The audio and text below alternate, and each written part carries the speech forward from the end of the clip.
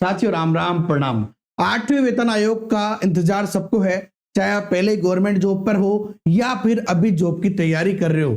साथियों ऐसे में 8वें वेतन आयोग लागू भी होगा या नहीं होगा। जी हाँ साथियों, बहुत बड़ी न्यूज इसको लेकर साथ में सामने आई है। सरकार 8वें वेतन आयोग लागू करने के बजाय कुछ और विचार कर रहा है और उसमें क्या फायदा होगा या नहीं होगा, इन सारे मुद्दों पर अपन बात करेंगे। साथ ही साथ अगर 8वां वेतन आयोग लागू होता है, फिटमेंट फैक्टर क्या रहेगा और आपकी सैलरी आप चुटकी में पता लगा लोगे कि आपकी सैलरी कितनी बढ़ने वाली है। तो चलिए बिना देर करे शुरू करते हैं।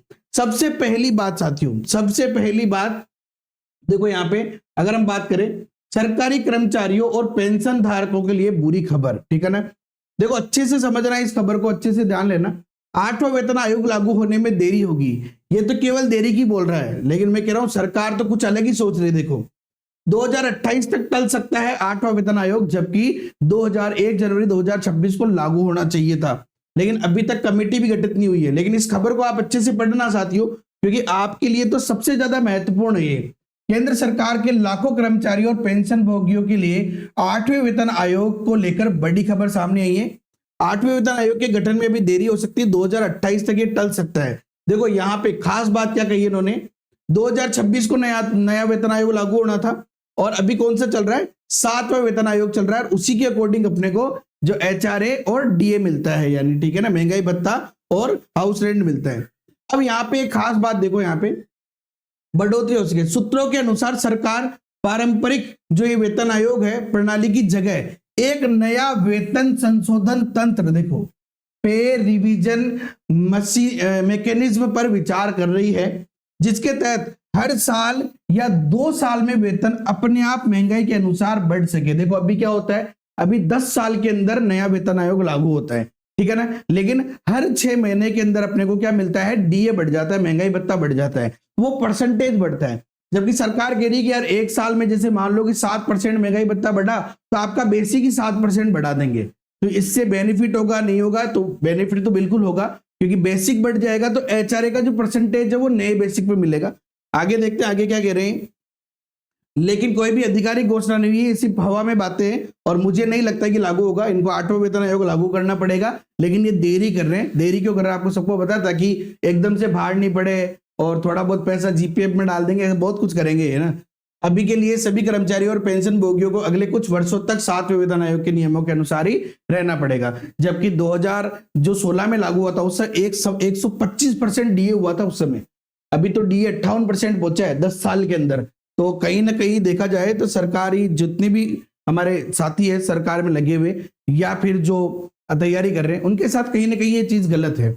अगर मैं बात करूं बेसिक की, तो अभी वर्तमान में आपको कितना मिल रहा है, देखो समझो आप, अगर आपकी बेसिक 40,000 है, ठीक है ना, ये राजस्थान के कर्मचारियों के अकॉर्डिंग है।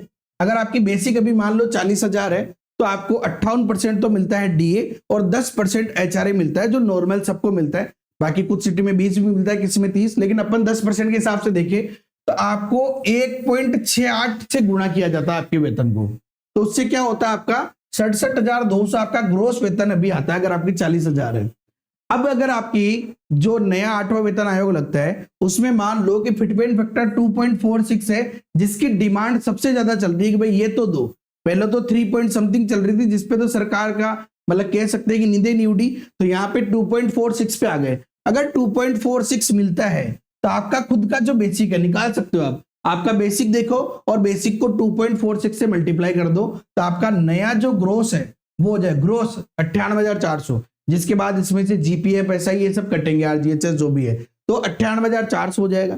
मान लो कि सरकार कहे कि भाटा ही न देवा 2.46, तो मैं तो कहता 2 ही देवा, कोई बात नहीं। अगर वो 2 ही देते हैं, 2% फिटमेंट फैक्टर देते हैं, मतलब 2 गुना फिटमेंट फैक्टर, तो आपका बेसिक हो जाएगा 80,000 रुपए, नया बेसिक, जिसपे आपको HRA और मिलेगा फिर 8%, 7%, 9% जो भी है, 8% की संभावना है, तो लगभग 6,400 रुपए HRA और मिल जाएगा, यानी 86,000 समथिंग हो जाएगा। अब जो सबसे कम दिया जा सकता है कि इससे कम अगर सरकार जाती है तो भैया फिर तो कोई मतलब ही नहीं है देने का, तो सबसे कम है 1.85, जिसके अकॉर्डिंग आपका नया बेसिक कितना हो जाएगा, 74,000। अगर 40,000 है, 50,000 है तो 50,000 से गुणा कर लो, 60 है तो 60,000 से गुणा कर लो, तो भी बेनिफिट है। 67,200 का 74,000 हो जाएगा, यानी लगभग 7,000 रुपए वेतन अपना ये बनेगा। यहाँ पे एचआरए भी जुड़ा हुआ है, तो इसमें एचआरए और जुड़ेगा, तो लगभग 8% और जोड़ लो आप, है ना, लगभग 5-6 हजार पे आसपास, 5-6 हजार पे और बढ़ जाएंगे इसमें। यानी अपन कह सकते हैं कि बेनिफिट तो अपने को कंफर्म यहाँ पे मिलेगा, ठीक है ना। अब बस यही है कि कब 8वां वेतन आयोग हो, तो अगर आप चाहते हैं कि 8वां वेतन आयोग लागू हो तो कमेंट करो, धड़ाधड़ लाइक कर दो, इस वीडियो को ज्यादा से ज्यादा शेयर करो। और मैं भी सरकार से अपील करना चाहूंगा कि ज्यादा देरी न करें, ठीक है ना, महंगाई बढ़ती जा रही है, कर्मचारियों का आपसे बहुत होप है, तो प्लीज प्लीज प्लीज 8वें वेतन आयोग का समिति का गठन करें और जल्दी से जल्दी लागू करें।